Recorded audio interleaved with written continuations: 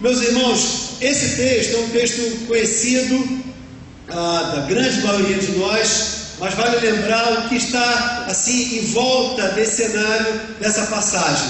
O texto diz que Abraão já é muito velhinho, ele tem uma tarefa grande, porque quando ele recebe a bênção de ser pai, ele já é um homem de 90 e tantos anos, mas agora o seu filho já está jovem, a ponto de casar, e ele está mais velho ainda. Você pode colocar aí, talvez Abraão com 100 e tantos anos de idade.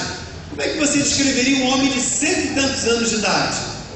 Muito cansadinho já, mas ele ainda é o patriarca dessa história aqui. Então ele delega a um amigo, o seu servo mais íntimo, na verdade o seu administrador, a pessoa de maior confiança e que estava mais próximo dele, porque o texto deixa muito bem claro isso, delega uma tarefa: olha, leva o meu filho direto, não para em lugar nenhum, leva o meu filho até a minha parentela na Mesopotâmia, na família de Naor, e chega lá e providencia o casamento do meu filho. É uma viagem longa, é verdade, é uma responsabilidade daquilo, mas não é, assim, aparentemente a maior missão que um homem poderia receber.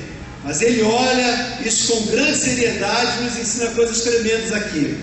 Ele vai então fazer uma promessa. Abraão manda ele botar a mão debaixo da sua coxa direita.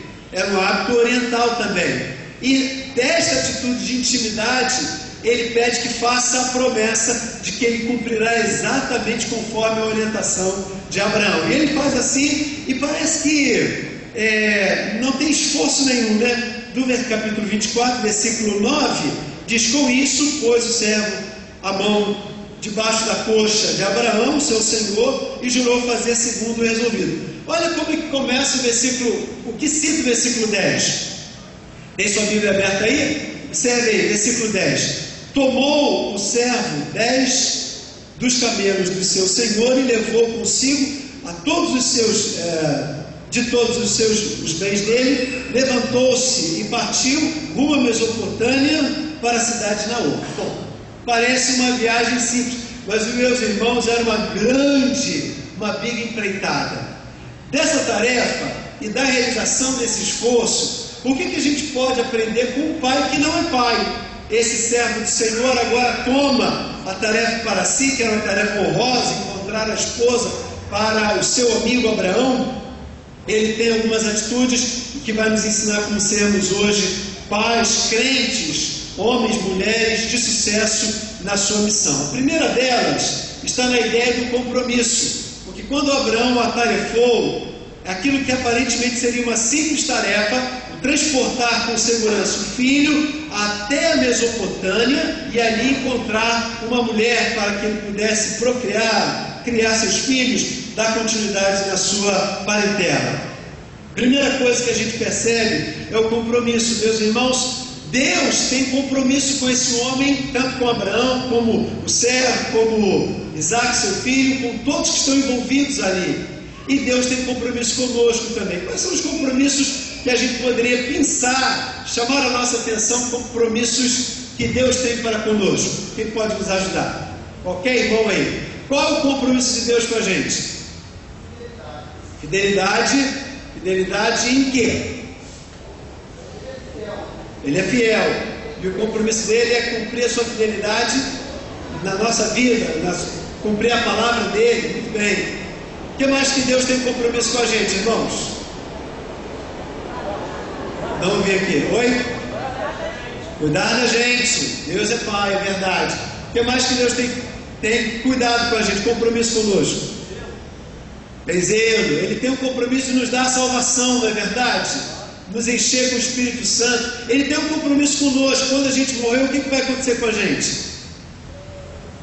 Nós vamos ser levados aos céus e ter garantia de vida eterna. Meus irmãos, já pensou se Deus falha nisso? A gente está confiando, investindo a nossa vida toda. Quando a gente morre, chega lá e não era bem isso. Não, mas Deus tem compromisso. Ele vai trabalhar até terminar de cumprir a sua promessa conosco. Ele diz que Ele vai estar conosco todos os dias, até o fim da nossa história, até o fim do mundo, até tudo acabar. Ele tem compromissos. E qual é a nossa confiança nesses compromissos? É que Ele vai cumprir, Ele vai zelar meus irmãos, Ele não vai abrir mão de cumprir a sua palavra, os seus compromissos conosco. Pois bem, Deus que tem compromisso com a gente, com a vida de cada um de nós, Ele nos chama a partir do seu compromisso, a nós termos compromisso com Ele também. E o nosso compromisso com Ele vai se expressar através da nossa família, vai se expressar através do nosso trabalho secular, vai se expressar através das nossas relações interpessoais na sociedade, os nossos compromissos como cidadão, vai se expressar através do reino aqui na igreja e no conjunto do que a gente serve a Ele. Mas vamos pensar especificamente na nossa família. Assim como aquele servo zelou em ter compromisso com a tarefa que ele recebeu, nós somos também, irmãos, chamados a cumprir a nossa tarefa em casa, como pai, como filho, como esposa, como genro, nora, sogra, sogro, a nossa participação. E quando a gente faz isso com zelo, com amor, como aquele servo fez, nós estamos então fazendo isso em devolução à fidelidade e ao compromisso que Deus tem com a gente. O que me faz deduzir que quando pai, eu me dedico, me comprometo em ser o melhor pai do mundo para os meus filhos, como você faz assim com os seus filhos também, eu estou fazendo isso em honra a quem se comprometeu comigo também. Por isso você, mãe, dia das mães, dia dos pais, mas você, mãe, quando você zela em fazer com ardor a sua tarefa, você está glorificando a Deus com a sua tarefa. Quando você se dedica e faz isso ardorosamente pelo seu filho, você vai estar fazendo isso para glorificar o nome de Deus também. Esse texto me faz compreender que o meu compromisso, ele é um atributo também, é uma maneira de glorificar a Deus, mas também aquele servo, quando ele fez a sua tarefa, ele não tinha dimensão da proporção da sua tarefa, mas a história revelou a grandeza do seu compromisso, que valeu realmente a pena. Já pensou, meus irmãos, se aquele servo falha no seu compromisso? Como é que ele poderia falhar? Vamos imaginar, ele está caminhando uma viagem longa, muito longa, ele está levando bens, 10 camelos, está transportando várias coisas, está transportando também quem de importante nessa história? Quem ele estava transportando de importante ali? Isaac, o filho da promessa. E ele de repente perde Isaac no meio do caminho. Seria uma maneira de quebrar o seu compromisso. Ou então ele está caminhando, mas Mesopotâmia está longe demais, está muito longe. Puxa vida, não é Mesopotâmia, mas é quase Mesopotâmia, e tem tantas mulheres vindas aqui, e Abraão já está velhinho, nem vai saber, e ele encurta a sua tarefa. Não, mas ele foi fiel até o fim da sua tarefa. Mas, meus irmãos, se ele quebra o seu compromisso, quebraria o projeto que Deus tinha para a realização daquele programa, a qual Deus confiou nas mãos dele. Quando Deus coloca uma tarefa na sua mão, na minha mão, é para a gente fazer até o fim, com a mesma fidelidade que Ele tem para a gente. E quando você pensa no seu filho, na sua filha, você imagina, hoje você olha, imagina, mas a história vai revelar, irmão, o grande projeto, o grande valor da tarefa a qual Ele colocou nas suas mãos também. Esse texto nos diz que para nós sermos pais de sucesso, crentes de sucesso, há uma segunda atitude que esse homem tem, que é a atitude de iniciativa. O verso 10 está mencionando: tomou o servo 10 dos camelos do seu senhor e levou consigo de todos os bens dele, levantou-se e partiu rumo a Mesopotâmia para a cidade de Naor. Você observa aqui Abraão dando alguma ordem nesse sentido para o seu servo? Você encontra Abraão determinando que ele fizesse aquilo? Sim ou não? Não. Abraão não mandou que o servo fizesse aquilo, mas isso mostra que o servo, consciente da sua tarefa, ele se precaver, ele se prepara para realizar corretamente a sua tarefa. Ele imagina que a pessoa a qual ele vai buscar é uma pessoa muito importante, de grande valor, e ele se prepara para aquilo. Ele toma então a iniciativa. Além de compromisso, para eu ser hoje um pai de sucesso, eu tenho que ter iniciativa. A tarefa foi dada e vai caber a mim encontrar os meios para eu realizar aquela tarefa. Sabe, irmãos, hoje é importante lembrar isso, porque nós somos chamados não só para viver a paternidade, mas nos preparar para fazer aquilo que a gente precisa fazer, e só nós poderemos fazer. Ora, se ele não se prepara, quando chegasse na hora de dar o dote para aquela mulher tão importante, para que era o grande objetivo da sua missão, ele não estaria preparado. Seria uma longa tarefa, mas ele teria que chegar lá seguro, não ser assaltado, que nenhum empecilho ocorresse e que nenhum desvio de rota surgisse para que ele pudesse cumprir a sua tarefa.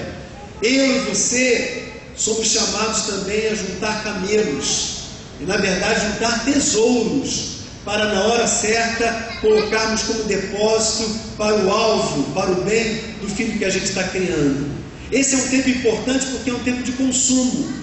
Eu e você, igualzinho você, eu também sou, digamos, apetitoso, voraz para consumir, mas o texto está nos convidando a sermos precavidos e tomarmos a iniciativa para que possamos ter um depósito, para que na hora certa, quando o filho precisar, você ter os camelos preparados para oferecer para ele. Estamos falando então de poupança de dinheiro, estamos falando de prioridades para o estudo, estamos falando de zelo na saúde, que vai do dentinho, vai dos dentes, vai da saúde estética, vai do conjunto do bem-estar dos nossos filhos. Estamos falando de um sonho para que, quem sabe, a gente consiga amanhã deixar uma casa para ele, para ela, ou alguma coisa que possa servir de estrutura para que ele possa dar os seus próximos passos. Mas para que lá na frente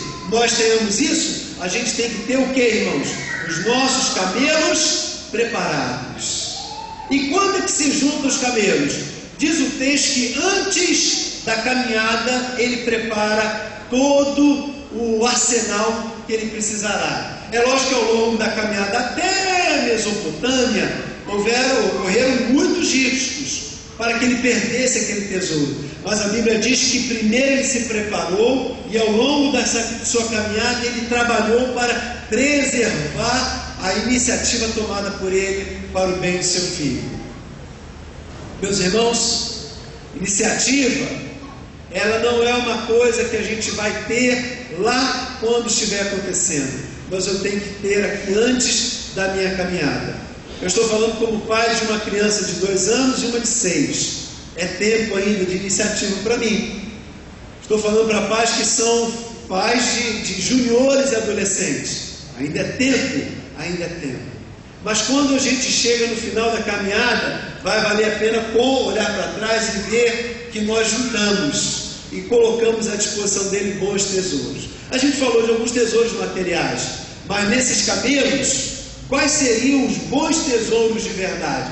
Foi dito aqui no testemunho do Adriano e no testemunho também do Fábio. O tesouro da fé em Cristo Jesus, o tesouro de aprendizado, de um discipulado aos pés do Senhor, de transferência de valores eternos, imutáveis da vida de uma criança. Isso, irmãos, será como que tesouros valiosíssimos e nortearão a vida dessas pessoas que Deus colocou em nossas mãos. Essas são boas iniciativas que, sem sombra de dúvidas, nós precisamos ter para nós. Uma terceira atitude que esse pai tem, esse pai emprestado tem, é o passo de escolher para si a ação da oração.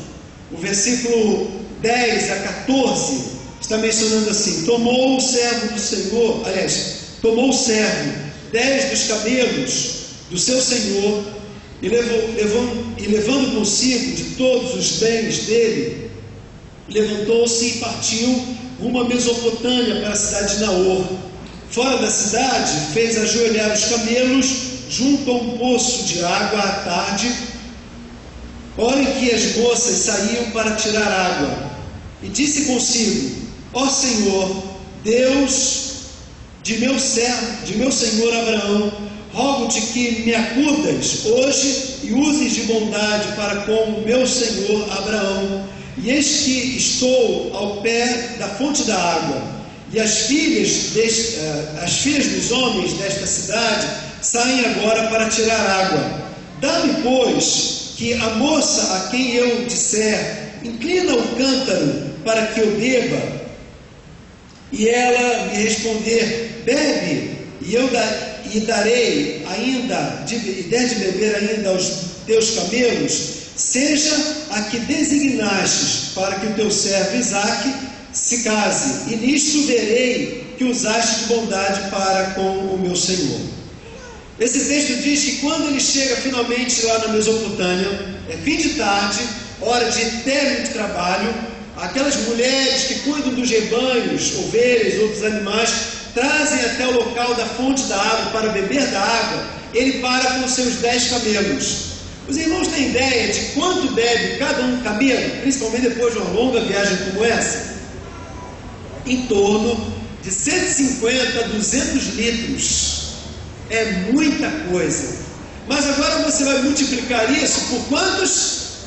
10 camelos. Na primeira leitura que eu fiz desse texto, eu li, foi como se na minha mente estivesse acontecendo assim, olha, quando eu terminar essa caminhada, fim da tarde, chego na beira do poço e vou esperar que aquela quem meu coração se inclinar, eu vou pedir um copo d'água. Se ela me der um copo d'água, me dê de beber, se não uma lambida, né? Para os meus camelos será essa mulher a qual eu encontrei designada pelo Senhor. Mas meus irmãos, quando me dei por conta e me informei o quanto o diabo estava inserido ali, ela levaria muito tempo, porque nós sabemos como um camelo bebe água. Como é que um camelo bebe água? Ele se inclina lá no chão e com a sua língua vai devagarinho, 200 litros. Um camelo, 2 camelos, 10 camelos, lentamente. Olha, aquela moça era fim de tarde, o que me faz entender que ela estava chegando no término do seu trabalho. Um dia inteiro de trabalho teria que ser, sem sombra de dúvidas, única e exclusivamente aquela mulher que Deus preparara mesmo. E ele vai em oração. O texto diz que ele, engraçado que ele poderia ser cavaleiro, né? Ele pede água, a moça dá água a ele, ela oferece água, ele permite e diz, dá a entender que ele está parado, assistindo essa quantidade enorme de água sendo consumida até o fim. A gente poderia pensar que homem indelicado, no mínimo faltou-lhe delicadeza para ajudar aquela moça. Mas meus irmãos, eu tenho certeza, era a grande tarefa da sua vida, e ali está o servo torcendo, esperando que ela espere, que ela persevere até o fim. Ela estava ali aguardando, torcendo para que aquilo pudesse cumprir e mostrasse que verdadeiramente aquela era a mulher que Deus preparara para o seu filho Isaque. Sabe, irmãos, a oração é isso também.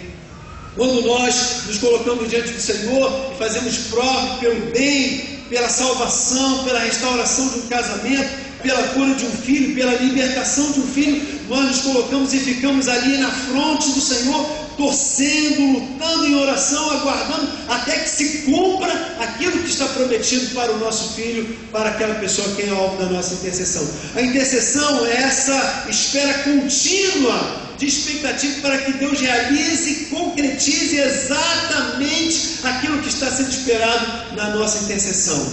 Agora você fique pensando comigo, aquela mulher, ela não tinha nada com aquele homem, não sabia nada da história, não perguntaram e não se identificaram até aqui quem era quem. Ela só vê o homem, uma necessidade, e no fim do seu trabalho ela se dispõe o tempo necessário para oferecer água àqueles camelos, àquele viajante. Provavelmente ela estava perdendo um longo tempo, e aquele homem na esperança para que fosse até o último camelo e aquilo se realizasse. Mal sabia ela os tesouros que estavam naqueles camelos. Porque, meus irmãos, quando ela cumpre aquilo que Deus esperava para ela, e aquele servo esperava para ela, Deus revelou para ela e tirou daqueles camelos a quem ela serviu tesouros, aparentemente, ao nosso compreender, incontáveis. porque o texto diz que aquele administrador tirou do melhor que Abraão tinha e colocou naqueles 10 camelos. Quando eu trabalho com filho, quando eu trabalho para aquilo que Deus está projetando na minha vida, aquela mulher estava dando água aparentemente incansável, e tudo indicava que não teria um fim para aquilo ou um objetivo maior. Eu posso cuidar de um filho paterno. Talvez hoje você esteja se identificando com esse servo que é um pai emprestado, ou seja, um tio que não teve filho, mas cuida de um sobrinho, que dando aula acompanha o filho de outras pessoas. Quantas vezes uma empregada doméstica deixa de cuidar do seu filho doente para ir trabalhar para cuidar do filho de uma filha de uma outra pessoa? Não importa se é de sangue ou não, mas quando você trabalha dentro do projeto de Deus, aparentemente aquelas noites que são, como disse, aparentemente sem grande razão, se revelará no futuro como uma fonte de grandes tesouros para a sua vida. Esses dias eu estava com o meu molequinho, eu já prometi aos irmãos que não usarei essa expressão, né? Perdão então. Meu garotinho, o Lucas, no colo, e a tarefa, lá para perto de 1h da manhã, meia-noite tanto, era tirá-lo da nossa cama e levá-lo para o quarto do lado, colocá-lo no berço. O que às vezes acontece, ele saiu muito bem, aconchegante. Quando eu passo pelo corredor, que tem uma luz fraca, acesa, propositalmente para iluminar os 2 quartos, e vou entrando no quarto dele, ele se remexe e abre, arregala os olhos, né? O que dá no coração? Os irmãos podem imaginar, ai meu Deus, mas meia hora de colo para ninar esse garoto para ele voltar a dormir, doido para dormir, para dia seguinte trabalhar também, né?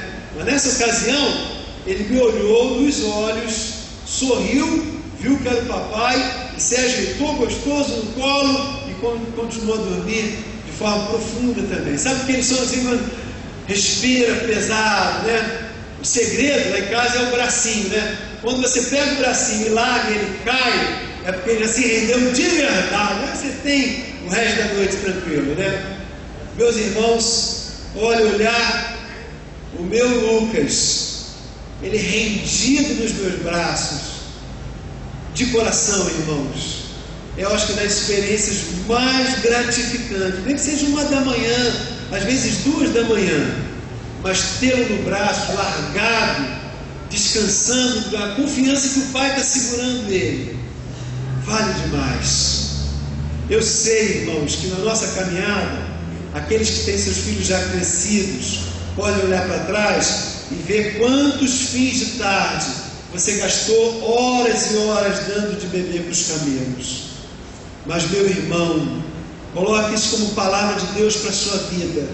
Você não enxerga, mas dentro dos camelos, Deus suscitará tesouros. E não só abençoará a sua vida, mas abençoando a vida dele e dela, abençoará as nações inteiras. Seu filho, sua filha, criada no caminho do Senhor, e noites que você dedica a ela, esforço, bens que você não tem para você, para dar para ele ou para ela. Deus, nas mãos de Deus, será como que tirar de camelos desconhecidos tesouros insondáveis para abençoar muitas vidas e através delas nós nos multiplicarmos através do reino de Deus.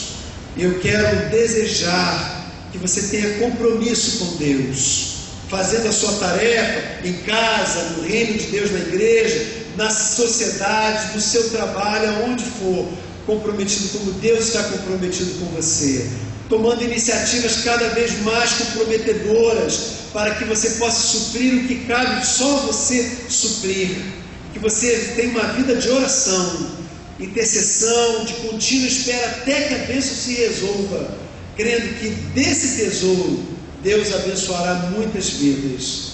Essa última atitude, então, que eu termino, é a atitude da perseverança.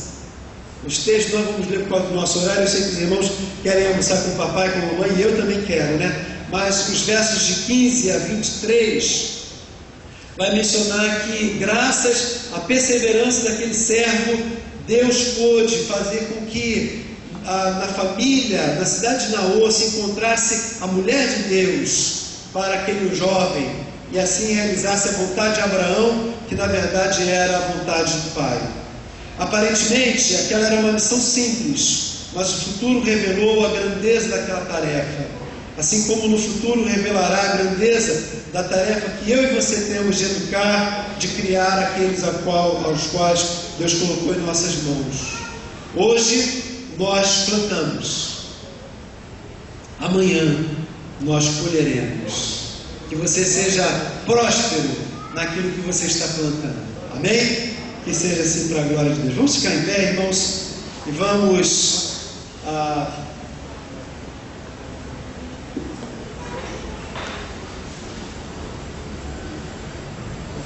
acho que eles têm uma música especial, é isso, Breno? Então tá, então vamos sentar de novo, irmãos, e vamos adorar o Senhor com mais uma canção. Nós estamos no bom horário, são 11, no meu relógio, 11 horas e 29 minutos. Então vamos guardar só mais uns minutinhos, estamos chegando no finalzinho do